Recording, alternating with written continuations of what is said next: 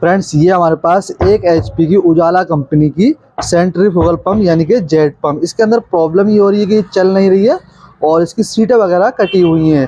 तो ये जो है किसी दूसरे मिस्त्री के पास गई थी तो उसने हाथ खड़े कर दिए कि ये मोटर जो है सही नहीं हो पाएगी और आपको नई मोटर खरीदनी पड़ेगी। तो फिर ये मोटर हमारे पास आई है और अब हम देखेंगे कि ये मोटर बाकी में सही हो पाएगी या नहीं हो पाएगी।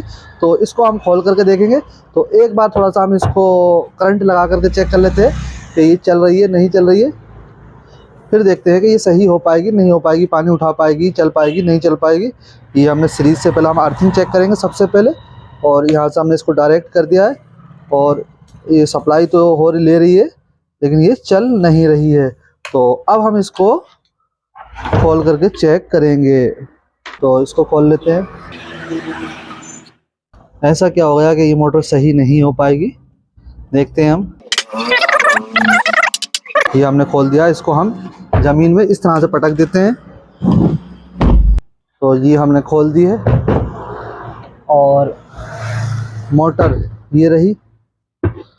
तो बाइंडिंग तो लगभग ठीक है लेकिन हीटअप जैसी हो रही है। देखने वाली बात ये रहेगी कि पंप के अंदर क्या कमी है। तो इसको हम फिलहाल एक साइड रख देते हैं और पंप चेक करते हैं। तो ये जो सीट है बहुत ही ज़्यादा लूज है। ये रगड़ खा के चलिए। क्यों रगड़ खा के चलिए? क्योंकि ये जो है सीट कटी हुई है। तो हमें इसकी सीट भी सही करानी पड़ेगी, लेकिन पहले इसको खोल करके चेक करेंगे। तो ये सेल्लो पंप है, इसकी सेटिंग थोड़ी टिपिकल होती है। तो आप इस वीडियो में देख पाएंगे किस तरह से हम सेल्लो जेट पंप के पंप को खोल करके और उसको सही कर सकते हैं अगर पंप खराब भी हो जाता है तब। फिलहाल यहाँ पर प्रॉब्लम इस वाली सीट में हमें दिखाई दे रही है। जैसे बिना निशान का हम इसको फिट कर सकते हैं, लेकिन निशान लगा लेंगे तो थोड़ी प्रॉब्लम नहीं आएगी। और अब हम पंप को खोलेंगे। यहाँ पर नट लगा लेते हैं और इसको पीछे ठोकेंगे।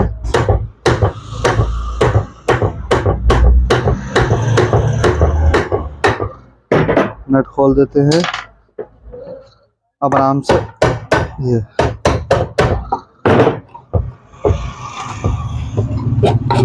ओहो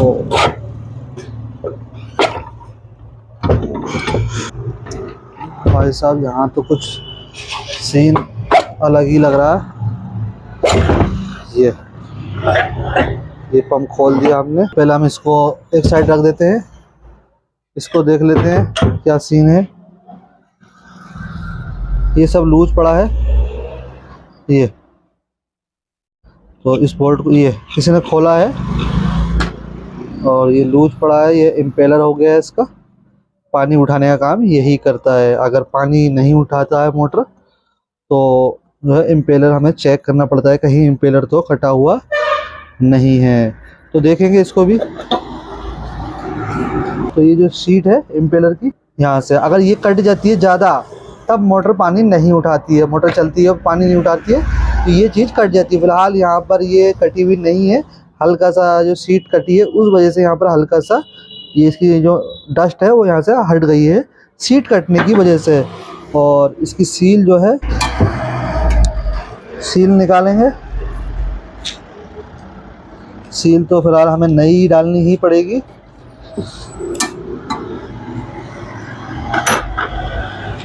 ये इसकी सील टूटी फूटी निकली है। मोटर खोली है किसी ने, ऐसा नहीं है।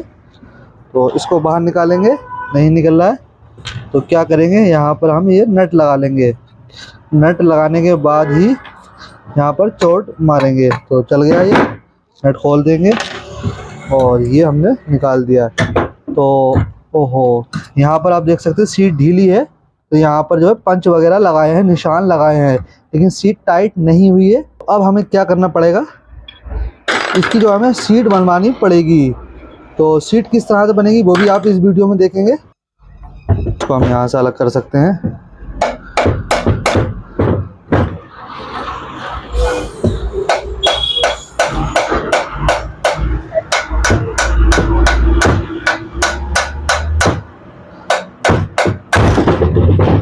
अब कुछ नहीं बचा, ये टीन का डब्बा बचा है, स्टील का है। तो अब हमें क्या करना होगा, इसकी सीट बनवानी होगी इसके साइज से, क्योंकि यहाँ पर आप देख सकते हैं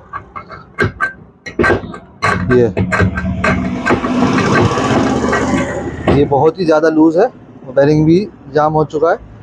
तो पहले हम सीट बनवाएंगे, उसके बाद ही देखेंगे क्या होने वाला है। तो अब हमें क्या करना होगा, इसकी तो हमें सीट बनवानी पड़ेगी, उसके लिए हमें एक बेरिंग ले जाना पड़ेगा और यहाँ पर वेल्डिंग करा करके अब हम इसकी सीट बनवाते हैं। लेकिन उससे पहले मैं यहाँ पर आपको बता दूँ कि यहाँ पर ये इसकी जो रबड़ लगी है इसको हम हटा देंगे, क्योंकि जब वेल्डिंग होगा इसमें पीतल का यहाँ पर, तो ये रबड़ वगैरह जल जाएगी। और यहाँ पर ये जो इसकी सील लगी है, सील का पत्थर है, इसको हम निकालेंगे। और यहाँ पर पत्थर के नीचे एक रबड़ लगी होती है, तो इसको भी हम निकालेंगे।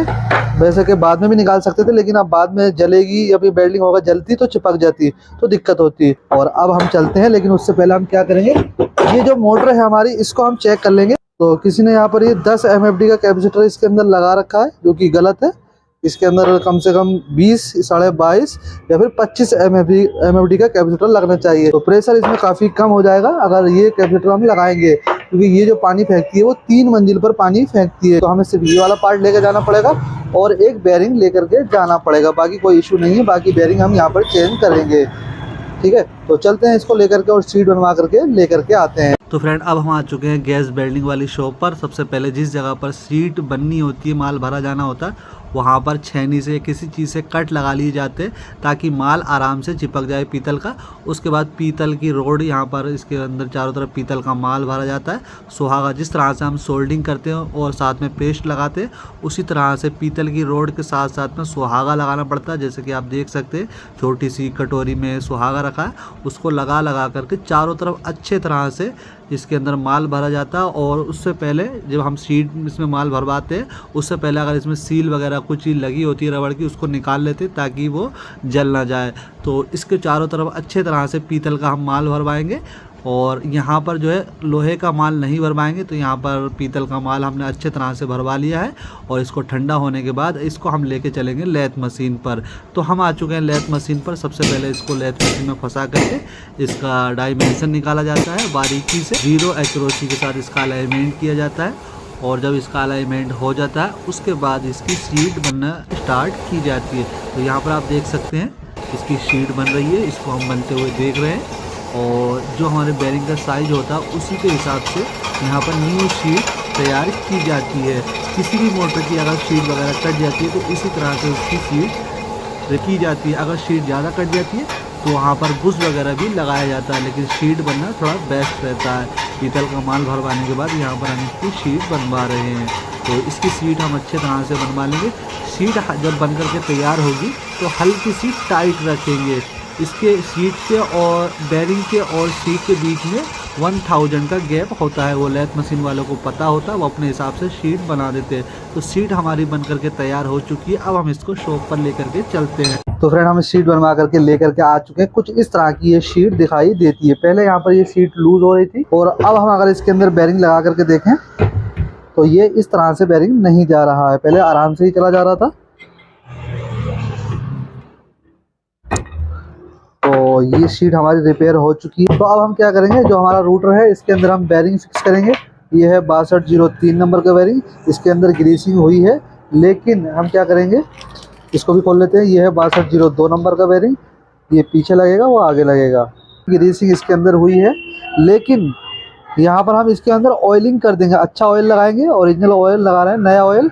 तो इससे क्या होता है कि ग्रीस जब हम करते हैं, ग्रीस हमें करना चाहिए लेकिन साथ में ऑयलिंग भी करनी चाहिए, क्योंकि जब ग्रीस चलता है, बेरिंग चलता है, तो ग्रीस जो होता है वो साइडों में चला जाता है और ऑयल जो होता है वो गोली में चलता रहता है। तो इसलिए हमें ऑयलिंग भी करनी चाहिए साथ में। तो ये हमने दोनों सीलें लगा दी हैं। सबसे पहले हम ये बेरिंग लगाएंगे दोनों साइड। तो इसको हम ठोक लेते हैं। तो दोनों बेरिंग हमने लगा दिए हैं। अब हम क्या करेंगे, इसको हम इसके अंदर लगाएंगे। तो उससे पहले हम यहाँ पर सील लगाएंगे। तो यहाँ पर थोड़ा सा इसको साफ कर लेते हैं और इसके अंदर हम 12 mm की सील लगाएंगे, क्योंकि पुरानी सील जो थी इसके अंदर 12 mm की ही निकली थी। तो ये 12 mm की बेलो सील है। ये 3 टाइप की आती है, ओपन सील, क्लोज सील और वेलो सील। यहाँ पर आप देख सकते हैं ओपन, क्लोज, बेलो। तो ये 12 mm की बेलो सील है। तो सबसे पहले हम इसका पत्थर लगाएंगे।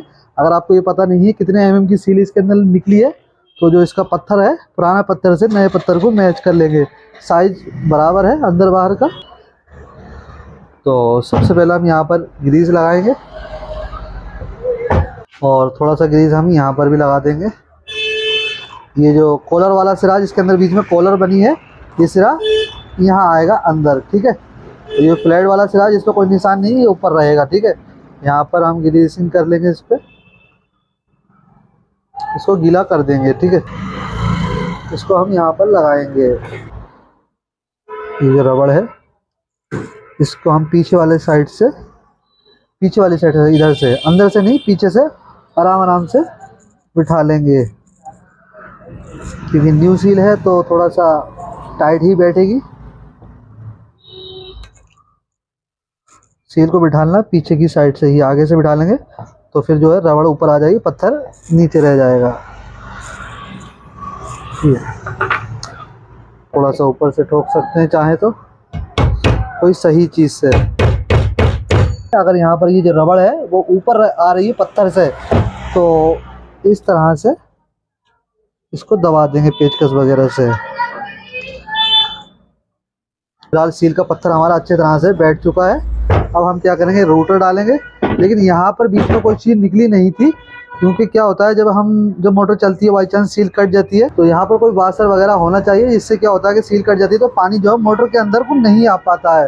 तो पहले कुछ था नहीं, तो फिलहाल हम यहाँ पर ये फाइबर का वाशर लगा दे रहे हैं। आप कुछ और भी लगा सकते हैं, यहाँ पर बीच में रख देंगे यहाँ पर, क्योंकि जब रोटर आएगा तो ये चला जाएगा, अभी आपको पता लग जाएगा।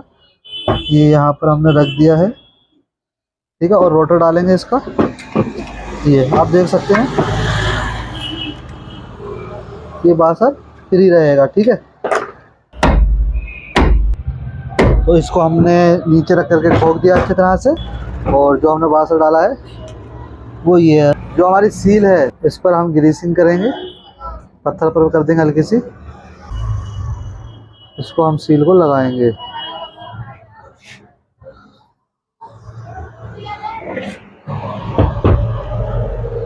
कुछ इस तरह से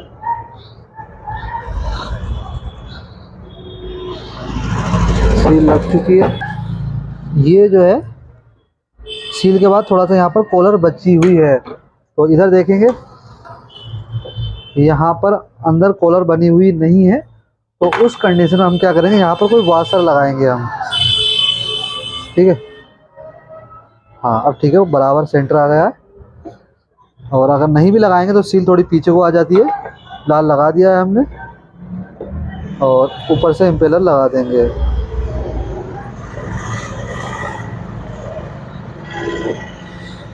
ओके, तो अब हम इसको टाइट करेंगे झटके से, इस हिसाब से करेंगे तो पंखा ना टूट जाए, क्योंकि पंखा जो है ये इम्पेलर प्लास्टिक का है। ओह ठीक है, ऊपर से हम यहाँ पर ये नट लगा देंगे इसका, और इसको टाइट करेंगे। इस तरह से ये टाइट नहीं हो पाएगा, इसका तरीका ये होगा टाइट करने का।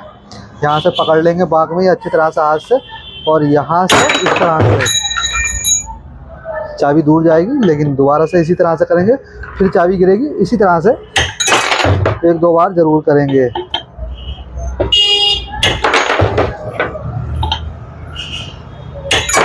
और ध्यान रहे इसमें चाबी में मारते समय इम्पेलर पे ना लग जाए, ठीक है। ये फिट हो चुका है। उसके बाद ये जो रबड़ है हमारी, इस पर हम ग्रीसिंग करेंगे, पूरे पे अच्छी तरह से ग्रीस लगा लेंगे। यहाँ पर भी डाल देते हैं।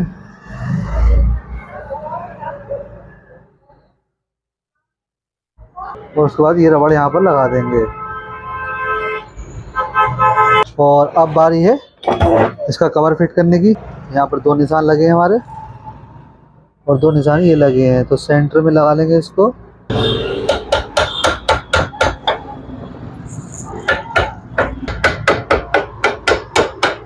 ये अच्छी तरह से बैठ गया है, निशान हमारा बिल्कुल सेंटर में है। अगर निशान नहीं भी है तो फिर हम ये देखेंगे कि ये सेंटर में है या नहीं है। तो अब हम इसको लगाएंगे।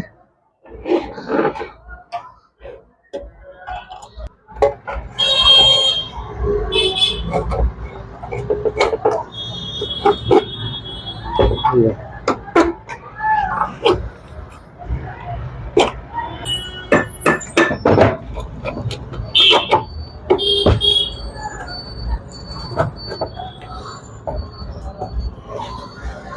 यहाँ पर थोड़े हमें बोल्ट मिलाने पड़ सकते हैं। ये वाला तो आ गया है। तो फ्रेंड पंप तो हमारा रेडी हो चुका है एकदम टनाटन, कोई दिक्कत नहीं है। और अब हम इसकी मोटर भी फिट कर लेते हैं। तो फ्रेंड मोटर हमारी रेडी हो चुकी है। अब हम मोटर को चला करके चेक करेंगे। पाइप हमने यहाँ पर लगा दिया टेप लगा करके। तो अब हम इसको ऑन करते हैं। लीडें हमने इसकी चेंज कर दी हैं, पुरानी लीडें ठीक नहीं लग रही थी, तो लीडें भी हमने इसकी न्यू लगा दी हैं। तो अब हम इसको ऑन करके देखेंगे प्रेशर है नहीं है। और यहाँ से वहाँ तक की जो दूरी है वो 2 मीटर है, फिलहाल ये आधा मीटर की दूरी है। तो बाइक का जो टायर है वो लगभग 2.5-3 मीटर है। तो देखते हैं बाइक तक हमारा जो है प्रेशर इसका जा पाता नहीं। और पानी थोड़ा कम है बाल्टी में, आधी बाल्टी। तो देखते हैं इसमें क्या होता है। तो देख सकते हैं आप प्रेशर कितना बेहतरीन आ रहा है इसमें। और पानी खत्म हो चुका है। तो बाल्टी में पानी खत्म हो गया था, दोबारा से मैं भर करके ले आया। पाइप बिल्कुल खाली है, देखते हैं कितनी देर में आप उठा पाएगी। ठीक है, पहले तो अपने पाइप में पानी भर लिया था, लेकिन अब देखते हैं कितना प्रेशर रहता है। और थोड़ा इधर कर देता हूँ। तो मोटर को स्टार्ट करते हैं दोबारा से, 1 2 3। तो क्या सीन रहता है,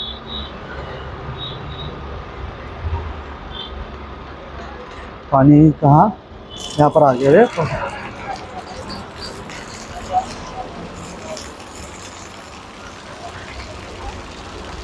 प्रेशर इसका फैल रहा है, वैसे प्रेशर बेहतरीन है, बढ़िया एकदम मस्त। तो इस तरह से आप पंप रिपेयर कर सकते हैं। अगर बेरिंग की शीट वगैरह खराब है तो उसको रिपेयर कर सकते हैं। इतनी छोटी सी कमी की वजह से, सिर्फ एक शीट रिपेयरिंग की वजह से दूसरे मिस्त्री ने इसको खराब बता दिया कि ये मोटर सही नहीं हो पाएगी, आपको दूसरी खरीदनी पड़ेगी। तो फिलहाल हमने ये शीट बना करके और इसको एकदम बेहतरीन कर दिया है। तो अगर आपको वीडियो पसंद है तो वीडियो को लाइक, चैनल को सब्सक्राइब जरूर करें ताकि आपको और भी बेहतरीन वीडियो देखने को मिलती रहे।